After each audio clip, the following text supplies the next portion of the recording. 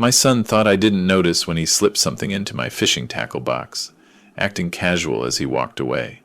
But 30 years as a Denver cop taught me to spot deception. When I opened that box later, what I found made my blood run cold, not just because of what it was, but because I realized my own son was trying to destroy me. He never saw this coming. This story will show you exactly how a father's love turned into a fight for survival. But first, tell us in the comments, what would you do if your own child tried to destroy you? Don't forget to subscribe for the full story. The morning sun filtered through my garage windows in Highlands Ranch as I prepared for my Saturday fishing trip to Cherry Creek Reservoir. At 61, these solitary excursions had become my sanctuary since losing Sarah 3 years ago. I was organizing my gear when Ryan appeared in the doorway. Something about his posture immediately caught my attention. His shoulders were tense, movements too deliberate, like someone trying hard to appear relaxed while fighting internal panic. "Morning, Dad," he said, his voice carrying artificial brightness. "Getting ready for your fishing trip?" I nodded, sorting through my lures. Cherry Creek should be perfect today. Ryan stepped closer, and every instinct I possessed screamed that something was wrong. His eyes kept darting to my tackle box, then away, then back again. As a former Denver police detective, I had spent 3 decades reading body language. "Mind if I take a look at your setup?" he asked, moving toward the box before I could respond. I watched him carefully. His breathing was shallow, sweat beading his forehead despite the cool October morning. When he thought I wasn't looking, he glanced toward the small storage compartment where I kept extra hooks. That's when I saw it. Ryan's right hand moved with practiced precision toward his jacket pocket, withdrawing something small wrapped in black tissue paper. The movement was so quick, so furtive, that if I hadn't been watching with trained eyes, I might have missed it entirely. He placed the object deep in the tackle box's main compartment, nestling it between my spoon lures and lead weights. The whole sequence took less than 10 seconds, but it felt like watching a slow-motion crime unfold in my own garage. My heart pounded, but I forced myself to remain calm, continuing to organize my fishing line, as if nothing had happened. Ryan stepped back, wiping his hands on his jeans in a gesture that seemed more about removing evidence than cleaning them. "Well, I should let you get back to it," he said, already moving toward the door. "Have a great time, Dad. Catch some big ones." I watched him disappear into the house, his footsteps echoing up the stairs. The garage fell silent except for distant traffic and my own heavy breathing. I stared at my tackle box as if it had transformed into something dangerous. Whatever Ryan had hidden inside, he clearly didn't want me to find it immediately. But he also seemed to expect that I would find it eventually. The contradiction made no sense, unless he wanted me to find it when it was too late to do anything about it. The realization hit like a physical blow. My own son had just planted something in my possession, something he expected would cause me serious trouble. I thought about recent months, Ryan's increasing desperation about money, his mood swings, the way he avoided eye contact during conversations, signs I had attributed to unemployment stress and lingering grief from losing Sarah. Signs I had explained away because I loved him. But 30 years of police work had taught me that love could blind you to truth, and the truth was sitting in my tackle box, wrapped in black tissue paper like a gift I never wanted to receive. Something wasn't right about my son's behavior, and I had a sinking feeling that whatever he had hidden in my fishing gear was going to change everything between us forever. Standing in my garage, staring at the tackle box that now felt like a ticking bomb, my mind drifted back to the night before. Maybe I should have seen this coming. The signs had been there during dinner, written across Ryan's face in desperation I had chosen to ignore. Friday evening had started normally. I grilled chicken while Ryan set the table inside. The October air carried the scent of changing leaves, and for a moment, it almost felt like old days when Sarah would emerge from the kitchen, complaining that I was taking too long with the meat. But Sarah wasn't there. The empty chair at our dining table served as a constant reminder of everything we had lost 3 years ago. Ryan had been unusually quiet, pushing food around his plate more than eating. His hands trembled when he reached for his water glass, but I attributed it to job search stress. "Dad, I need to talk to you about something," he finally said, voice barely above a whisper. I recognized that tone immediately. The same voice he had used as a teenager when he needed money for school trips. But Ryan was 27 now, and these conversations had become far too frequent. "What's going on, son?" He took a deep breath, fingers drumming nervously against the table. "I'm in trouble, financial trouble. I need $50,000. The number hit me like a slap. I set down my fork, studying his face in the dim overhead light. His eyes were bloodshot, dark circles making him look older than his years. When had he gotten so thin? 50,000? I repeated, trying to keep my voice level. Ryan, that's more money than I have in savings. What kind of trouble? His jaw clenched, and I saw something flash across his features. Anger, maybe. Or desperation so deep it had transformed into something darker. Does it matter? He snapped. I'm your son. I need help. Of course it matters. I've been helping you for months. Rent money, car payment, groceries. Where is all this money going? Ryan stood abruptly, his chair scraping against the hardwood floor. You don't understand. These people, they're not patient. They're not going to wait for me to figure things out. What people, Ryan? But he was already walking away, heading toward the stairs. Forget it. I'll figure something else out. I called after him, but the only response was his bedroom door slamming shut. I sat alone at the dinner table, surrounded by half-eaten food and growing certainty that my son was involved in something far worse than unemployment. The rest of the evening passed in uncomfortable silence. I cleaned dishes, watched news, went through my normal routine while Ryan remained locked in his room. I could hear him pacing above me, occasionally talking on the phone in hushed, urgent tones. Now, standing in my garage 12 hours later, those hushed phone calls took on sinister new meaning. Ryan hadn't been looking for legitimate help last night. He had been testing me, seeing if I would willingly hand over the money he needed. When I refused, he had moved to Plan B. Whatever was wrapped in that black tissue paper in my tackle box was Ryan's insurance policy. His way of getting what he needed regardless of what it cost me. I thought about Sarah, about what she would say if she could see us now. She had always been the peacemaker in our family, finding compromise where I saw only black and white. But even Sarah would have struggled with this. My son was planning something that would destroy me, and I was the only one who could stop it. Now, it made sense why he had been so nervous around my fishing gear. The trap was already set. I couldn't put it off any longer. Whatever Ryan had hidden in my tackle box was eating at me like acid, and I needed to know what I was dealing with. My hands shook as I approached the box. 30 years of police training warring with fatherly denial. The metal clasps opened with familiar clicks that had once brought me comfort. This tackle box had been my refuge from the darkness I had seen in my police career. Now it felt contaminated. I lifted the top tray, revealing the main compartment. There, nestled between my favorite silver spoon and lead sinkers, was the black tissue paper Ryan had so carefully placed. My heart hammered as I unwrapped it with trembling fingers. The tissue fell away to reveal a clear plastic baggie containing white powder.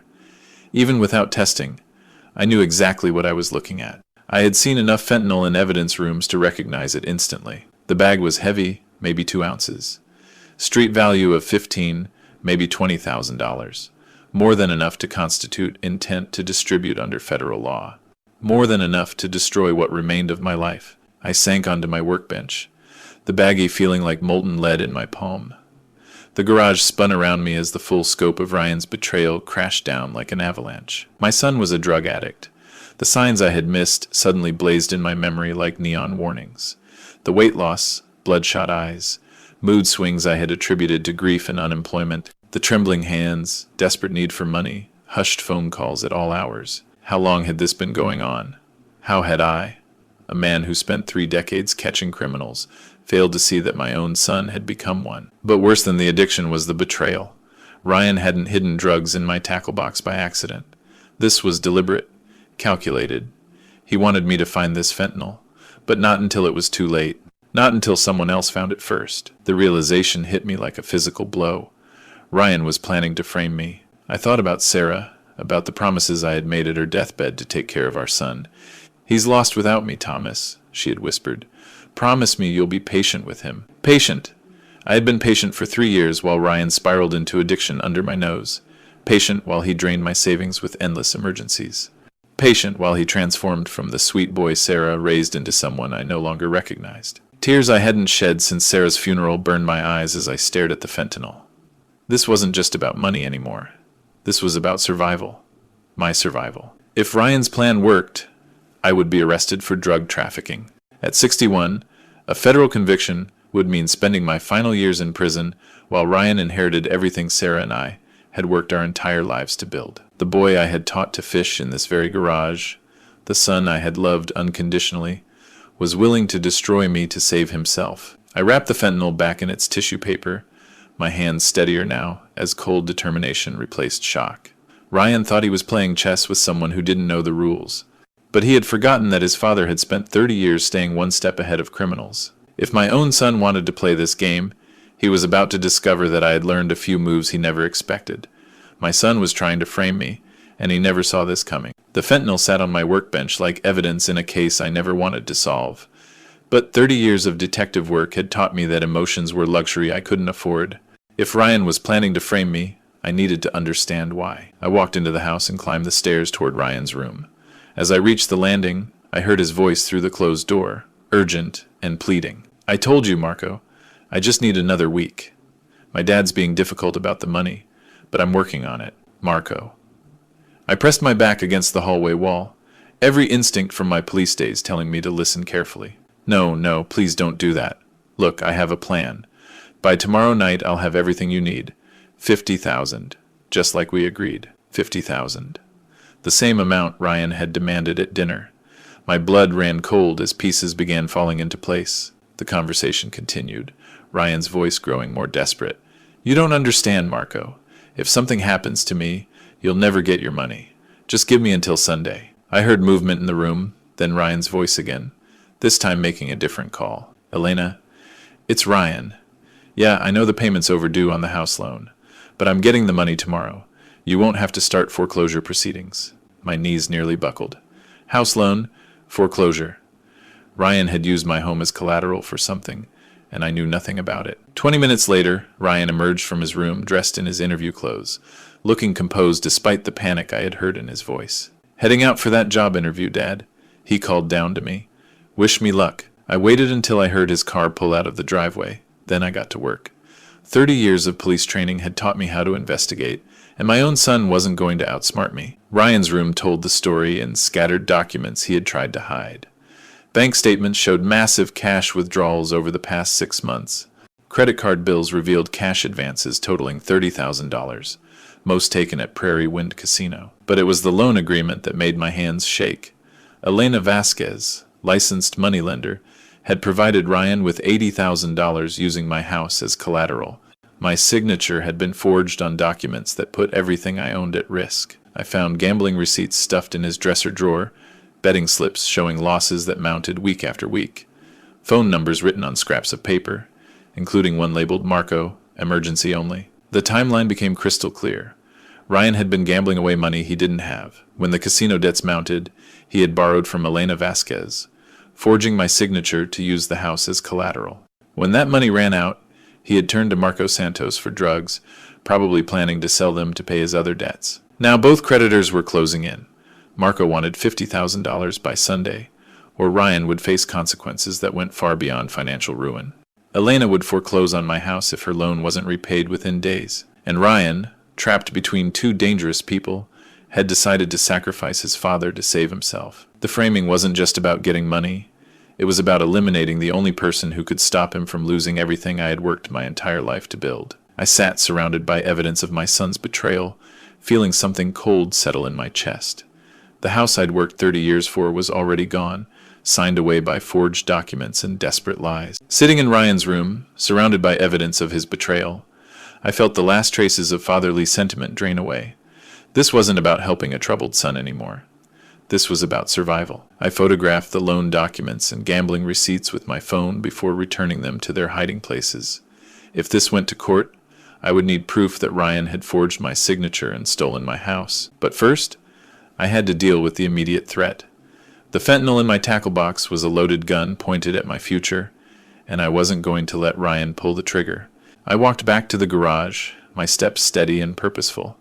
30 years of police work had taught me that the best defense was often a good offense. Ryan thought he was playing chess with an amateur, but he was about to discover that his father had learned a few moves during his career. The fentanyl sat exactly where I had left it, wrapped in black tissue paper. I picked it up, feeling its weight in my palm.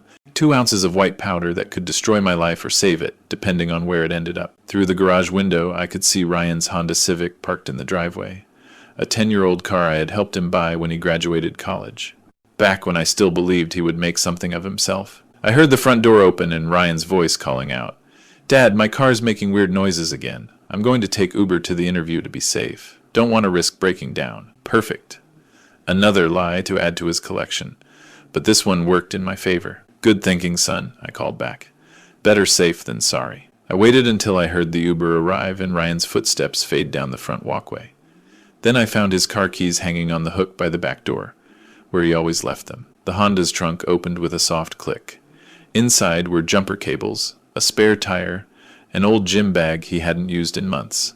I moved the gym bag aside and placed the fentanyl underneath it, nestled against the wheel well where it would be easy to find but not immediately visible. As I closed the trunk, I thought about Sarah and what she would say if she could see me now. She had always believed in second chances, in the power of love to redeem even the worst mistakes. But Sarah had never faced a son willing to destroy his father to save himself. I returned the keys to their hook and walked back to my garage.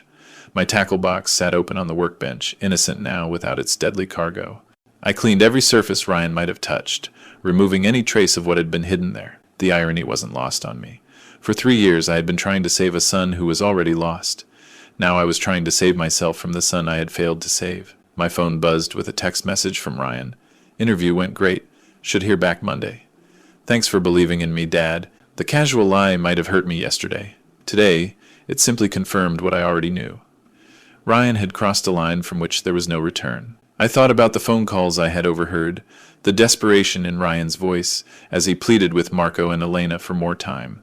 He had promised them money by tomorrow night, money he planned to get by destroying me. But plans had a way of backfiring when you underestimated your opponent. I cleaned my tackle box thoroughly, reorganizing my lures and sinkers until everything looked exactly as it should.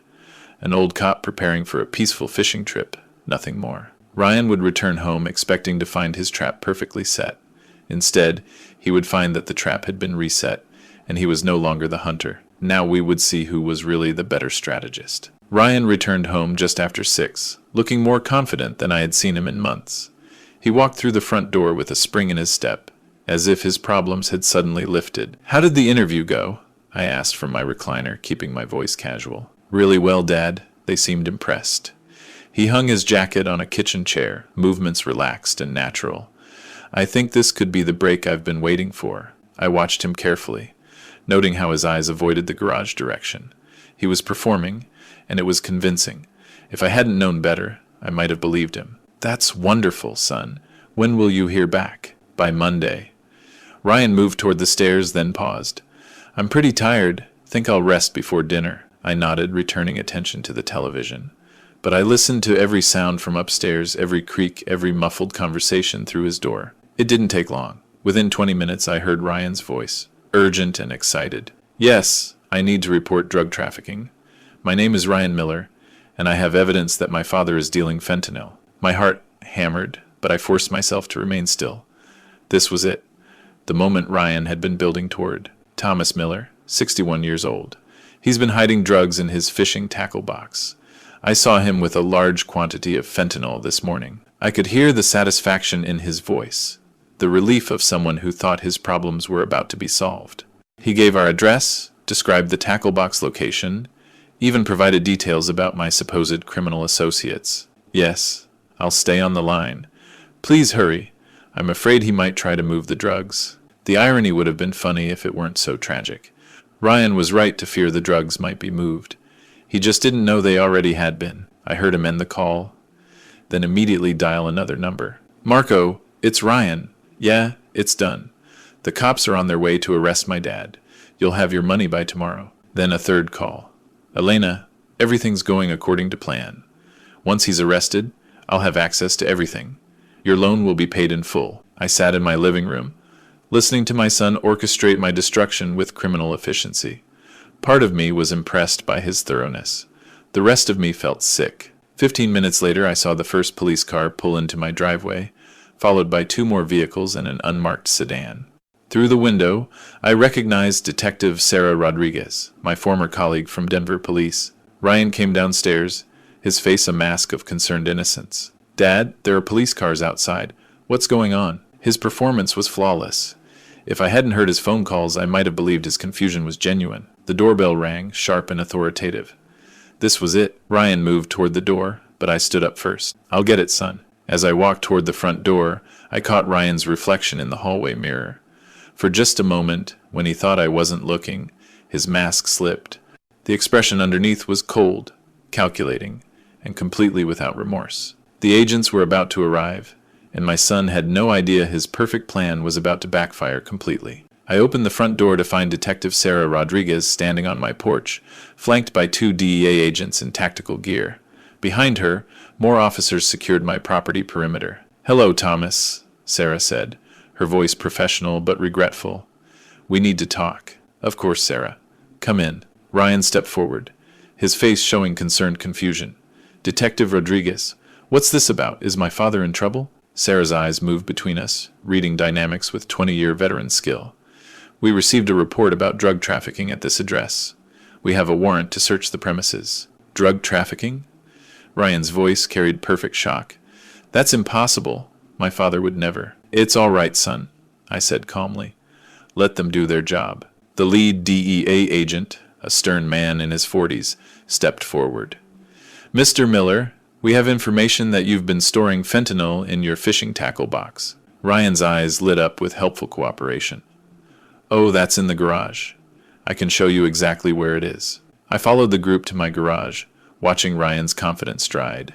He was so certain of victory, so sure his plan was unfolding perfectly. "There it is," Ryan pointed to my tackle box. "Dad was working with it this morning, acting really nervous." The DEA agent approached with practiced caution, photographing from multiple angles before opening the clasps. Ryan moved closer, anticipation radiating from every gesture. The agent lifted the top tray, revealing my organized collection of lures and sinkers. He methodically searched each compartment, removing items and examining them carefully. Nothing. The agent looked up, confusion creasing his features. "Mr. Miller, we're not finding any controlled substances." Ryan's face went white. "That's impossible.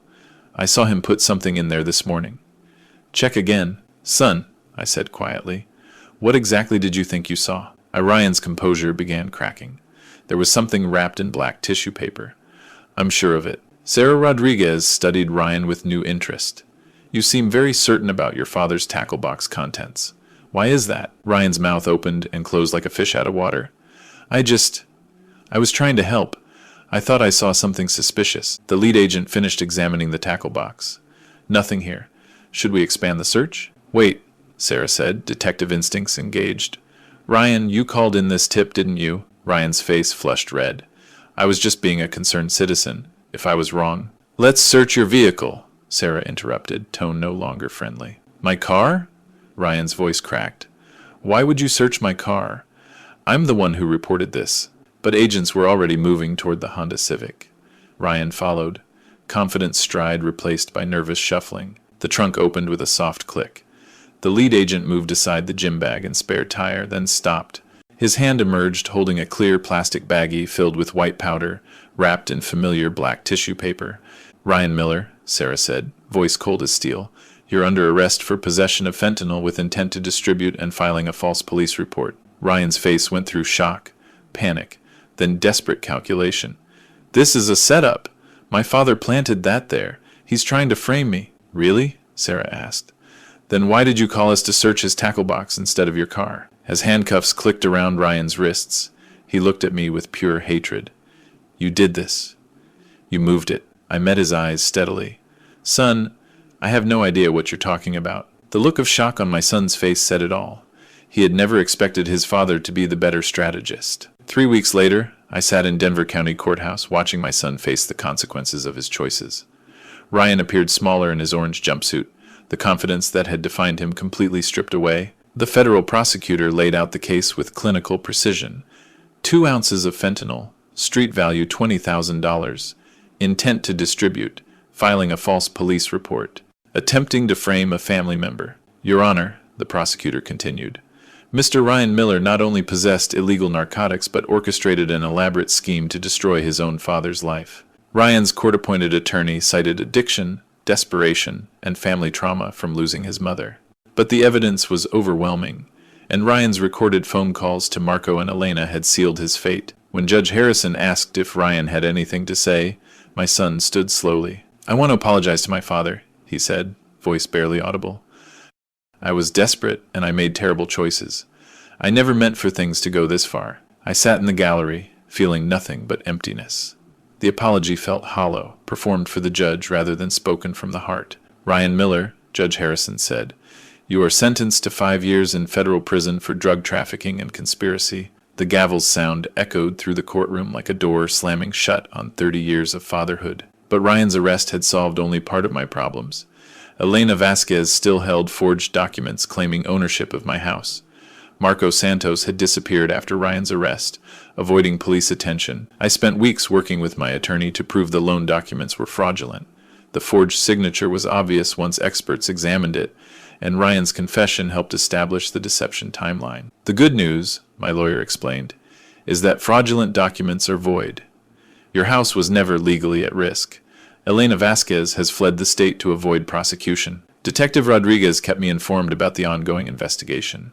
"We're working with federal marshals to track down both Elena and Marco. Ryan's cooperation might reduce his sentence, but he's looking at serving at least 3 years. 3 years minimum. My son would be 30 when released. I would be 64 if I lived that long." The house felt different now, emptier in ways that had nothing to do with Ryan's physical absence. I walked through rooms where we had shared meals, watched television, argued about responsibility. The memories felt contaminated by knowledge of his betrayal. 2 months after Ryan's sentencing, I made a decision that would have been unthinkable before. I put the house on the market. "Are you sure, Thomas?" Sarah Rodriguez asked. "This is your home, Sarah's home." "Sarah's gone," I replied. "And the son I raised doesn't exist anymore. It's time to start over." The realtor said I could expect a quick sale in Denver's hot market. I began sorting through 30 years of accumulated memories, deciding what deserved a place in my new life and what belonged to the past. Some chapters ended with celebration. Others ended with relief. This one ended with acceptance that family could betray the deepest trust. But survival meant choosing your own well-being over obligation to those who would destroy you. 6 months later, I stood on the balcony of my new apartment in Boulder, Colorado, watching the sunrise paint the Rocky Mountains in gold and crimson. The view was spectacular. Nothing like the suburban streets of Highlands Ranch, where I had spent 30 years building a life that ultimately belonged to someone else. The house sold within 2 weeks. After paying off the mortgage and legal fees, I had enough to buy this small place outright and start fresh. No debt, no obligations, no family members who might betray me for their own gain. I kept only what mattered: Sarah's photographs, my fishing gear, and the hard-earned wisdom that love without boundaries becomes enablement, and enablement destroys both giver and receiver. Ryan had written me twice from federal prison. Both letters remained unopened on my kitchen counter. Some bridges, once burned, were better left as ash. Detective Rodriguez visited last month with updates. Marco Santos had been arrested in Phoenix, facing charges that would keep him imprisoned longer than Ryan. Elena Vasquez remained a fugitive, but her loan sharking operation was dismantled. "Do you ever regret how it ended?" Sarah asked as we shared coffee in my new living room. "I regret that it had to end that way," I replied. "But I don't regret protecting myself from someone who would have destroyed me without hesitation." The truth was simpler than regret or forgiveness. I had raised a son who became a stranger, loved someone who saw that love as weakness to exploit. When faced with the choice between his survival and mine, Ryan chose his own.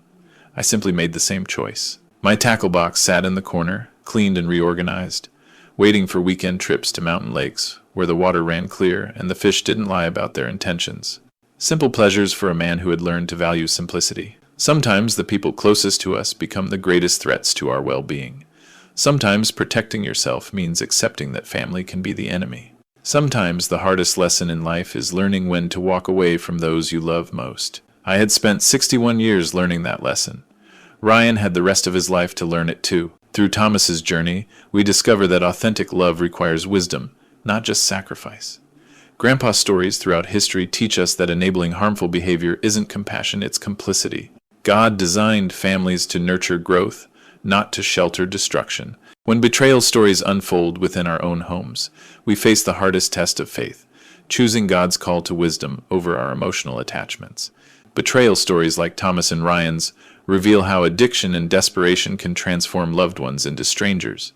Yet God never abandons us in these dark valleys. He provides discernment to recognize when love has become manipulation, when family loyalty has become self-destruction.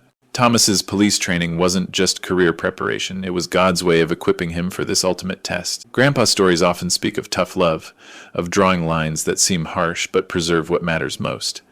God's love for us includes teaching us to value the life he gave us enough to protect it, even from family. When Ryan chose fentanyl over character, when he chose deception over honesty, God had already placed within Thomas the strength to respond with justice rather than enablement. The most profound grandpa stories remind us that God calls us to be good stewards of our own souls. Sometimes his greatest mercy is giving us permission to walk away from those who would drag us into their darkness. If this story touched your heart, please share your thoughts in the comments below. Have you ever faced betrayal from someone you trusted completely? How did you find the strength to protect yourself? Don't forget to subscribe to our channel for more stories about resilience, family, and the courage to start over. Remember, sometimes the greatest act of love is refusing to be destroyed by those who would sacrifice you for their own salvation.